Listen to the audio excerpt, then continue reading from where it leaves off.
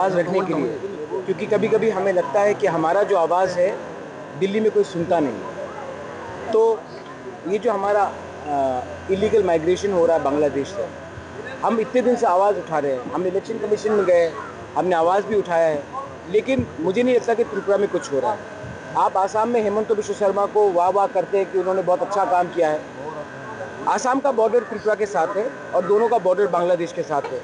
बांग्लादेश में anti India activity चल रही है, इलीगल माइग्रेशन हो रहा है, लेकिन आपको आसाम के लिए बहुत चिंता है, त्रिपुरा के लिए चिंता नहीं है। क्यों? और प्रशासन केंद्र में भी बीजेपी है, स्टेट में भी बीजेपी है, तो क्यों ऐसा दो तरफा कानून चल रहा है?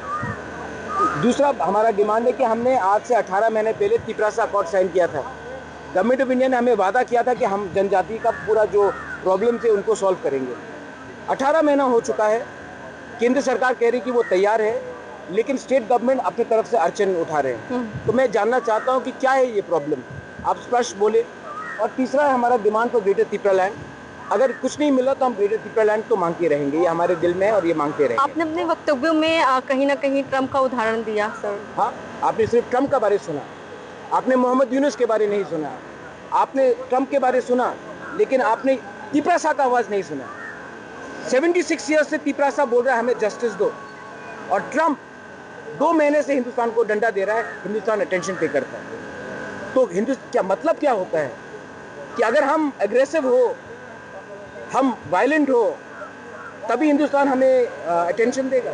और जब हम शांति कारक डेमोक्रेटिकली हम जब अपना आवाज़ उठाते हैं तो हमारा खुद का देश हमें मूल्य नहीं देता। आपने सीधा राज्य सरकार पे आरोप लगाया, आखिर क्यों नहीं आप राज्य सरकार पे आपने आरोप लगाया, क्यों नहीं आपकी मांगों को पूरी की जा रही है, आखिर क्या वजह है? मैंने नहीं आरोप लगाया, मैंने कहा कि गृह मंत्री ने हमें कहा है कि हम तैयार हैं, लेकिन राज्य सरकार से कुछ आपत्ति आ रही है। ये मैंने नहीं कहा, मैंने होम मिनिस्टर ऑफ इंडिया ने कहा। तो ये बात आप होम मिनिस्टर से पूछिए कि राज्य सरकार किस बात में उनको प्रॉब्लम है। सर, अगर आपकी मांग अगर पूरी नहीं होगी तो फिर आप आगे क्या आपका रणनीति है? देखिए, मैं तो बिकाऊ इंसान नहीं हूँ, मेरा वफादारी यहाँ में है, मैं अपने लोगों के साथ रहूँगा। मैंने ये भी कहा कि मैं जेल जाने के लिए तैयार हूँ, मुझे कोई आपत्ति नहीं है, लेकिन मैं अपने लोगों को धोखा नहीं दे सकता। अभी सर आपने अपने वक्तव्य में कहा कि ईडी, सीबीआई या कुछ भी कोई भी जांच एजेंसी, पुलिस हो, कुछ भी हो, जान का खतरा तो पहले भी रहा, मेरे ऊपर पहले भी हमला हो चुका है, शायद आप लोगों को मालूम नहीं है। 2021 में मेरे ऊपर एसडीएम के ऑफिस में हमला हुआ। सर क्या लगता है आज जो अगरतला में जो लोग ने कहा अगरतला का मालिक कौन, मैंने कहा मैं। अब वो कुछ करेगा तो इसका जिम्मेदारी कौन करेगा? क्या ये मेरे प्रोटेक्शन होंगे या फिर सरकार मेरा प्रोटेक्शन देगा? आज के दिन बांग्लादेशी हिंदुस्तान में घुसकर हमको मार रहा है, तो इसका प्रोटेक्शन हमको किससे मांगना चाहिए? गवर्नमेंट ऑफ इंडिया से? तो गवर्नमेंट ऑफ इंडिया को भी जवाब देना चाहिए। हम हिंदुस्तानी नहीं है, यहाँ में पूरा तिरंगा था। आप हमसे तो बात नहीं करते, लेकिन आप अगर कोई बंदूक उठा लेता है तो उनसे आप बात करते हैं। आपने 5 साल 10 साल तक कश्मीरी से बात किया जो हुर्रियत था, जो हिंदुस्तान को नहीं मानता था। हम तो कॉन्स्टिट्यूशन को मानते हैं, तभी भी आप हमसे बात आज हमें आप इंपॉर्टेंट नहीं देते। क्यों? क्योंकि हम नहीं, क्योंकि नहीं, सुनिए, क्योंकि देखने में हम लोग लगते हैं चाइनीज जैसे,